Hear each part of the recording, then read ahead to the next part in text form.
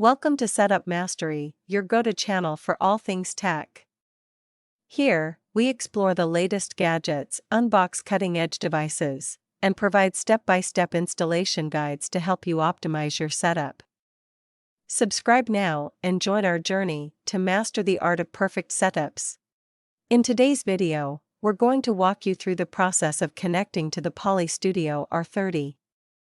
Whether you're setting it up for the first time or troubleshooting connection issues, this guide will help you get started. Let's dive in. First things first, let's unbox the Poly Studio R30. Inside the box, you should find the camera itself, a USB cable, a power adapter, and the necessary documentation. Make sure you have everything you need before starting the setup. To begin, place the Poly Studio R30 in a central location where it has a clear view of the room. Next, connect the camera to your computer or laptop using the USB cable provided. Simply plug one end of the USB cable into the Poly Studio R30 and the other end into an available USB port on your device. Once connected, it's time to configure the Poly Studio R30.